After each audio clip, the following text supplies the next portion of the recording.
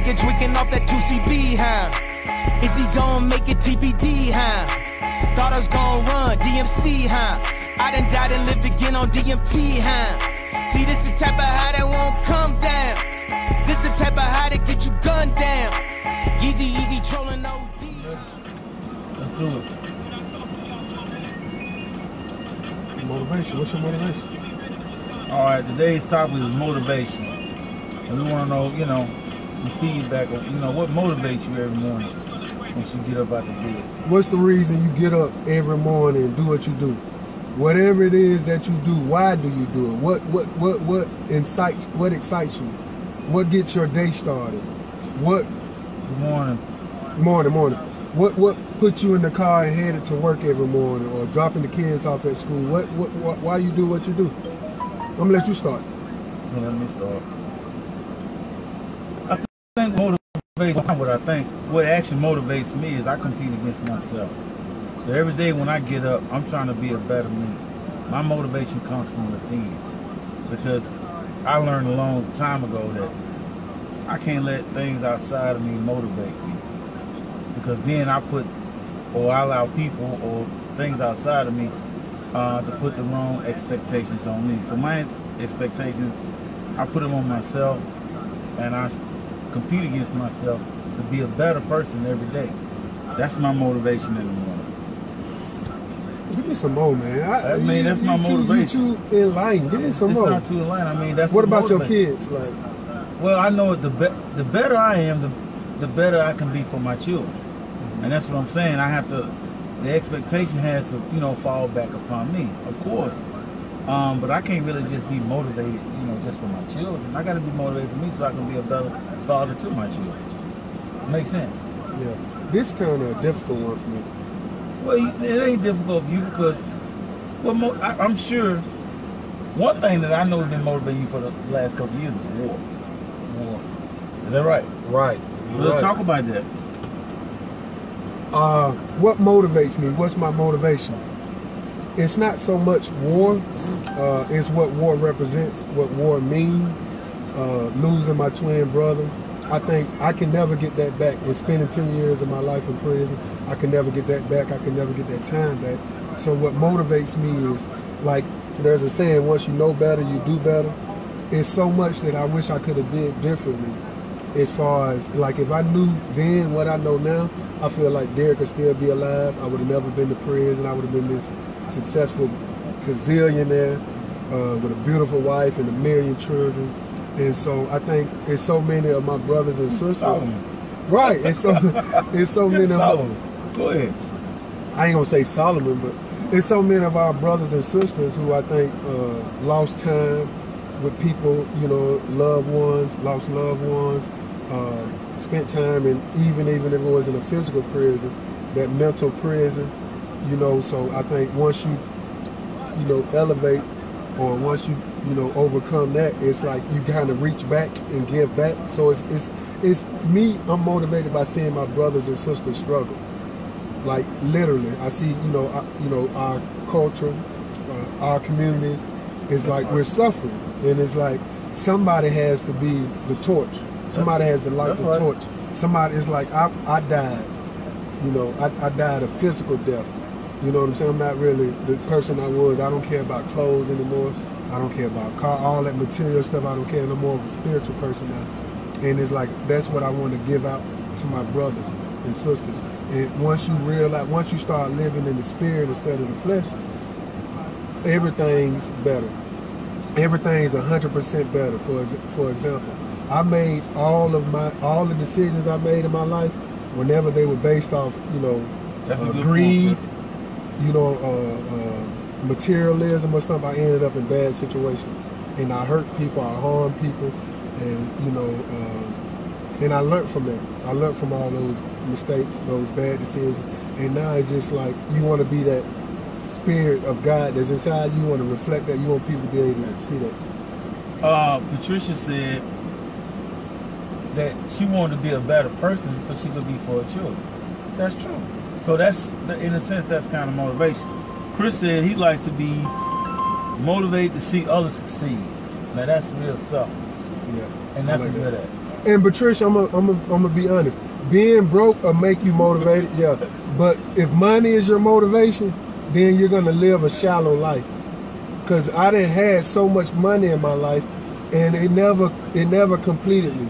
It never made me feel whole. You know what I'm saying? So I think, you know, even though money is a valuable asset, it's not the most valuable asset. Time with your loved ones, you know, relationships are more important than money. You know, if I would give up, if I had the choice between having $1 billion or having the woman of my dreams, I mean, and spend the rest of my life, you know, I would choose spending the rest of my life with somebody that complete me over and over. Trump's a perfect example of money don't complete you, or money don't make you whole. So, and see, that's the whole thing. It seems like even in not a lot of our conversations, but in the ones we had lately, someone brings up money and they try to center a person's success around money. But you got to remember, your success has to be rooted and centered from within. Right. And that's where your motivation has to come from. You got to be motivated regardless. You got to be motivated to the point that it leads you to succeed. Right. That's how you have to be motivated. Because if I'm motivated, let's say based upon that car over there. What if that car is gone? Then what motivates me? Right. And see, now this is something. But what if I didn't have children? I don't have children. Okay, so how would I be think motivated? Seeing these communities in the in the chaotic state that they're in, I think that should motivate you as a man, an African, as somebody who knows what these kids and these families are going through. My mother was a single parent mother, raising 5 kids without the help of a man, government assistant, welfare, in Kingston, and so I realized, the despair that's you can see it on these kids' faces when I go into schools, when I go and talk to kids in these communities and stuff and whatnot. How can you be motivated by money? How can you be motivated by fame? Chris saying money can make things happen. So let's address that. Okay, but what does it take for you to get the money to make them happen? You got to be able to tap within that you pretty much become a magnet to attract that money so you can make something happen. Right. So your motivation got to be what? Just based on the money? Because we know the money ain't nothing but paper. Yeah. We as a society we deem it to have, a value of $1 to $5. Money, so the money ain't nothing but paper. I'm going to show you something, Patricia, Israel. Money never motivated me. I was never motivated by money. I accumulated money because I wanted things in life. I wanted attention. Right. I wanted women. I think if money is your motivation, you're just gonna, hoard a lot of money and it's just gonna be there. What? But what do you do with the money? I think what the after effects of making all this money, what you gonna do now? Now what you gonna do? You're gonna want to spend time with somebody, either your children or go everywhere. You know what I'm saying? So I think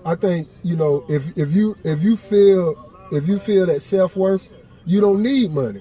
I know I don't need money because I'm the same person whether I'm on the bus or in the Bentley. I'm the same person whether I'm balling or whether I'm broke.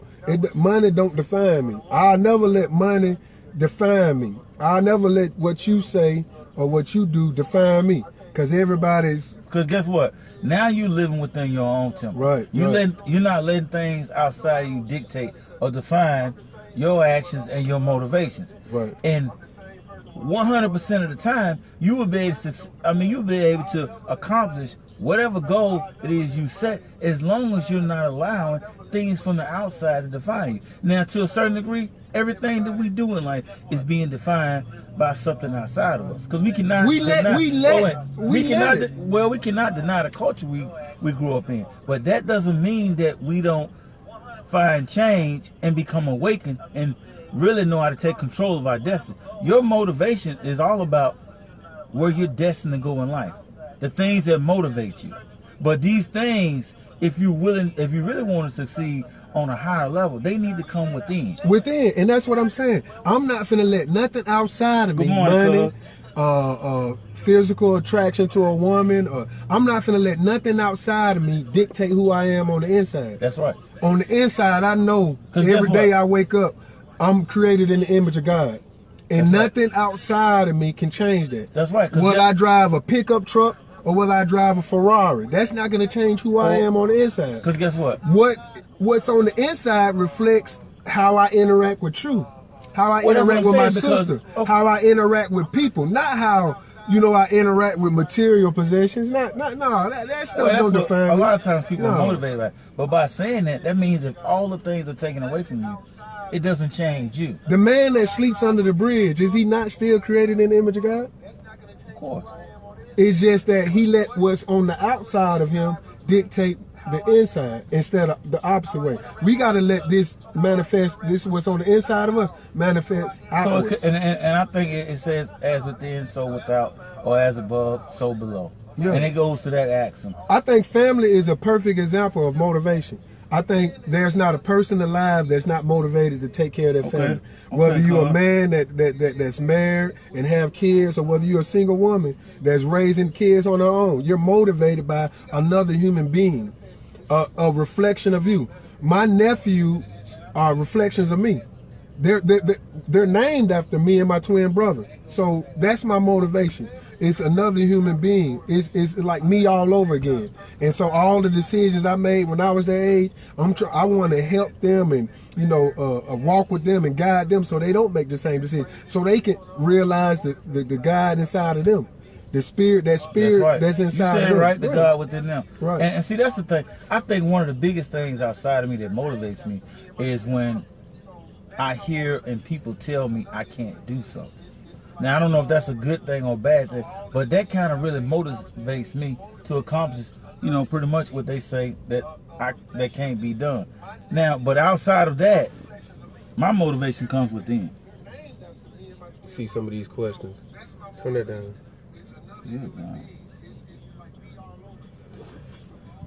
Anybody got any comments that, we want to speak on motivation? They love me too. I love them more. And like my sister, I think my sister, she's a perfect example. Everything she gets up for her kids. It's not so much herself anymore. And I think as men, as leaders of the community, as leaders of the household, what's a good thing, Melvin?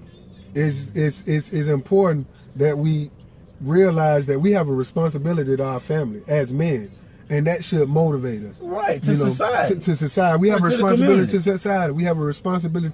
I came home with the mentality that, hey, I went to prison. I made these decisions. I was, I went through this, so the youth don't have to.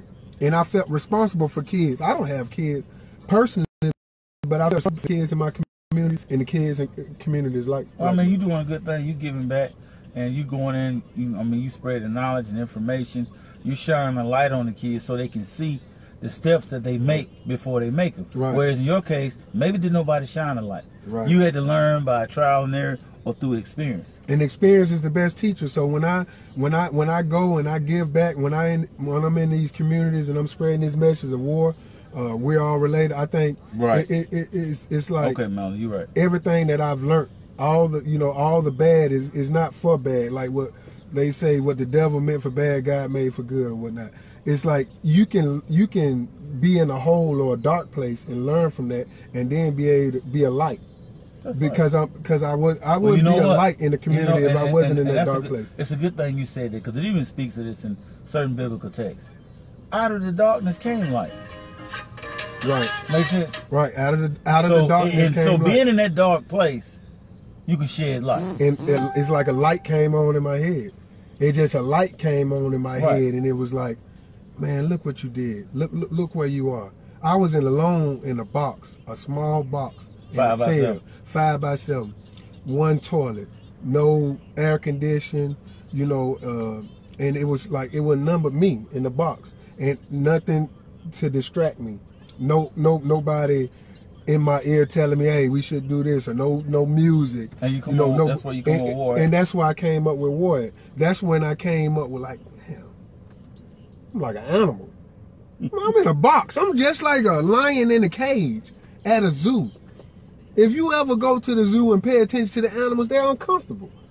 Even animals are uncomfortable in this box that we, and some people not even been to Kilby, but they're in the box because of their addiction. They're in the box, or because of, you know, their self-esteem in these relationships, these abusive relationships. That's what I was getting ready to say. They're in a box. Think about the box that a lot of our people are in today, and they're not locked up. Right. They're boxed in their minds that they are scared to experience things, to try different new things, because they go by what so-and-so said and whatever's being dictated to them through the media. So you're right. Now, me and you have been in that 5x7 box.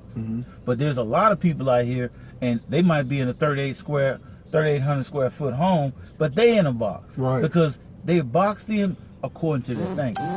They can only be motivated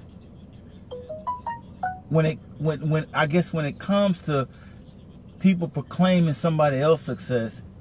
Their motivation is not to be as successful, but they're motivated. You got a lot of people just motivated on a person's downfall, and now it turns from motivation to they start to hate and envy. And you can lose motivation. I think, you know, it was at various times in my life. You're right, Chris. At various times you're motivated, but at various times in your life, I think you can lose motivation. I got to a point, and I don't remember exactly when it was. It's just like, it was right before I went to prison. I was just tired. I didn't have no motivation. You know, I didn't have no. I used to get up at maybe 3 in the evening, leave the house, make a couple quick runs, and I'd be back in by 7. I didn't have really no motivation. It was like life had became boring to me. You know, and losing Derek and going to prison and doing that time and getting out and seeing, you know, these communities and the chaos that they in and the, you know, destructive state they in, that it kind of re-energized me. It gave me a new sense of motivation where I feel responsible. I feel like we're chiefs, you know, in this village, and we have to wake the people up. That we have to, you know, it's our responsibility to lead our brothers and sisters out of this state. One of the things you said is, here's one thing that you have to have in order for motivation to work for you, or to really be motivated. You got to have some level of discipline. Just like you said, up all night, you get up at 3 in the morning. There's no, 3, you said in the evening, right? Yeah. 3 in the evening. You got to have a level of discipline to even really be motivated. Yeah. Because how are you going to be guided in that direction to be motivated towards anything if you can't discipline yourself? How do we bring it all together? How do we bring it up? I think each individual should have this in common when it comes to motivation. Be motivated by the Spirit of God in you. Realize who you are. Well, you can't be motivated. Realize, Patricia, Irma, Tiffany, twin. Realize we have to realize who we are. When I see my brothers and sisters, I see kings and queens. I see examples of what God is in human form. You know what I'm saying? So it's like, that should motivate you to excel, to exceed, knowing who you are. Knowing who you are. I'm greater than all these obstacles. I'm greater than the role that society places on us. I'm greater than my environment. I'm greater than my environment. Well, you have to realize you're greater than your circumstances. You have to realize you're greater than your situation. Everything that you've done all your life is overcome. As a child, you couldn't walk, you couldn't talk, you could barely, and you overcame. What did the older brother tell us yesterday? We see. I think he said it. There's nothing on this earth that the Creator created that's greater than us. Nothing. Oil, diamonds, gold, money, cars, whatever it is. There's nothing greater. A silverback ain't greater than us. Ain't greater than me. A silverback. Of course it's not. A silverback ain't greater than me. 500 pounds. Can smash a human being with. Well, he ain't greater than me. He doesn't have your thinking capacity. You don't have my spirit. You don't have the ability to reason. It's a lot of stuff that separates us from anything else on this earth, in this world. That's right. Chris said you may not know who you are, but someone may see something in you to motivate you. Right. And that's true. And we see that every day, because I see women call themselves bitches, and when I look at them, I see queens. I'm from a community where 90% of the dudes in my community say they bloods, but I see something greater than that. I see something greater than what they see in themselves. I see something greater than what you see in yourself. I see kings. I don't see bloods. I see queens. I don't see bitches. So it's like, even though you might not recognize the spirit inside you, but somebody gonna recognize it. And if somebody else can see what's inside of you, then that should motivate you to wake up and realize it yourself. People have always had confidence in me. That's what really that's another form of motivation. Is because people, you know, their expectations of me be so high. You know, and I welcome it. I like that. Well, it sounds like when you say you see everybody as one, you're pretty much saying that you're a king and you're made in the image of God, and this is how you see your brothers and sisters in the world. And that's the way you're supposed to see it if you want to see unity.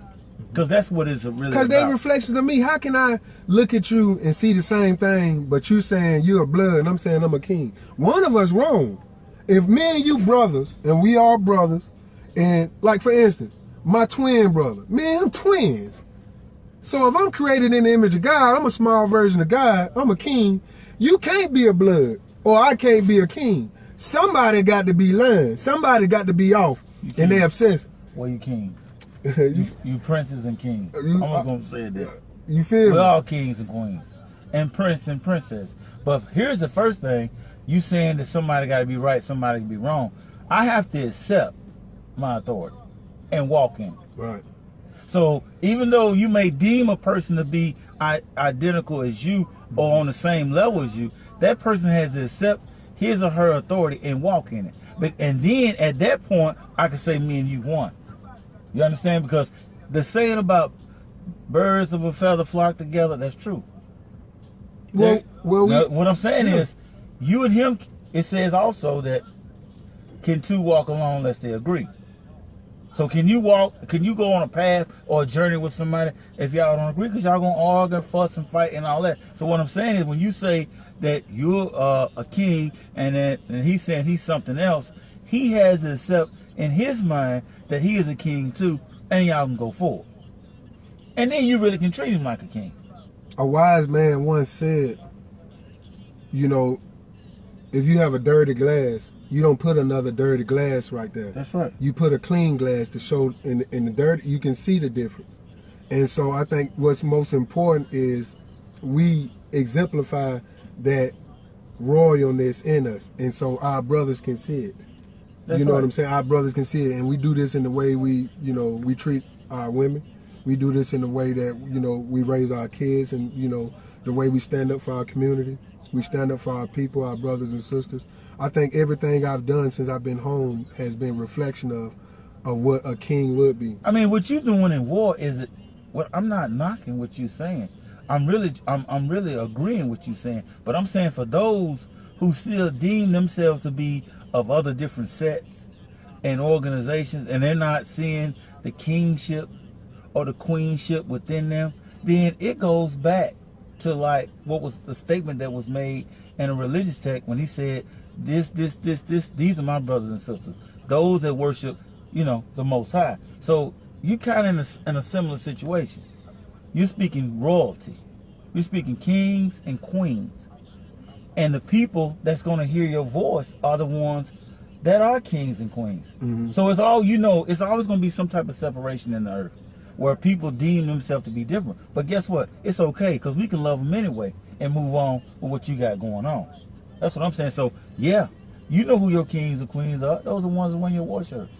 You see what I'm saying? Even if they don't wear war shirts, they're still kings and queens. They're still kings and queens. But don't I have to accept that I'm a king or queen? You know what? I think... What if you been told you was a dog all your life? Even though you don't got 4 paws and you don't bark and you don't walk on... My favorite analogy. A bird without wings. Is it still a bird? I never seen a bird created without wings, so how would I even say created without wings. I didn't see a bird that couldn't fly. You've seen it. Yeah, I've seen that. Is it still a bird? If it's a bird, it's a bird. It's a bird. So even though a person don't realize their purpose, that doesn't mean that they don't exist. What can you do with them? Wake them up. Okay, you can. That's why they say we are shepherds. You can wake the them guy, up. the sheep. If a but person do you lost, wake up? Let me say, does all sheep follow you?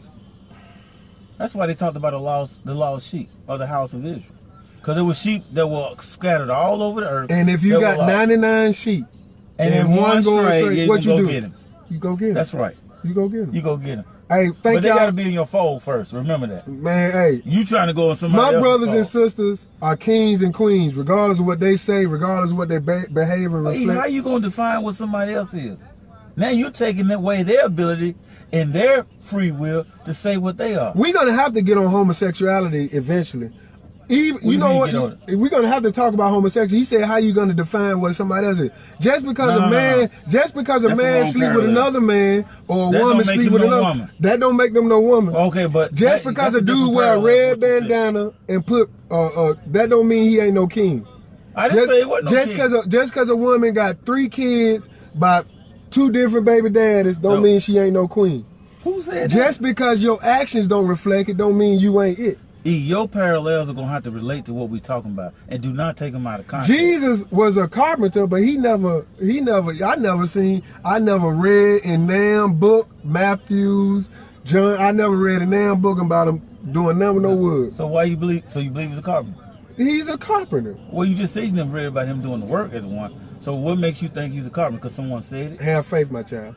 Well, you can have faith, but then you got to define. You're gonna have to qualify that as him being a carpenter. See, our idea of kings and queens is when we look at Europe and we see Prince William. You see these. My idea might be ancient Egypt, or Mali, or Ghana, or Songhai, West African Empire. I can go to Lynn Park. I can go to Lynn Park and see people out there with nowhere to live, and I see kings and queens.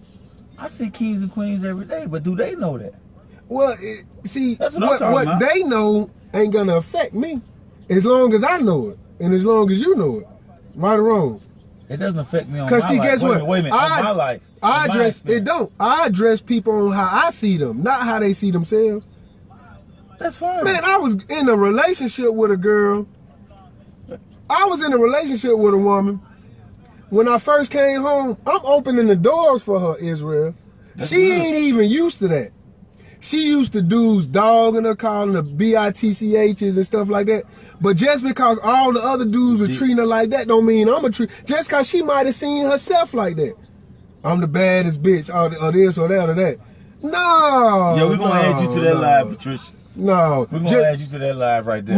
I do it every day. I address dudes that call themselves mob or blood, I address them with king. Let me explain something to you. Just always remember this. See, this life here is about me. Yeah, that's right. No, but I want to say this. Just because you are where you're at doesn't mean that the next person is going to get there as fast as you. Always remember that. Look what it took for you to get to where you at. I feel like I'm chosen. Okay, you chosen. So I don't expect everybody to be where I'm at. So, but what I'm saying is, but you want to bring your sheep along with you. Yes. So guess what? You have to go to where they at to bring them back along. That's what we do. And not put the expectation on them that they should just because you define. But if I had their mindset, or if I seen life the way they seen life, I wouldn't recognize them. Because they don't know they sheep. Hey, we got to go. I thank y'all. You want to say some closing remarks? Yeah, my closing remarks is that we was at come see us at Adamson West. Come see us 506 Bessemer Superhighway, Adamson West. You can call me at 205-427-4764. You can call Israel at 205-552-2018. Please come purchase a car, your next vehicle from Adamson West. This whole show is sponsored by Adamson West. We want to thank our executive producer, Chris Charles. We want to thank our producer, DQ. And thank y'all. Thank you.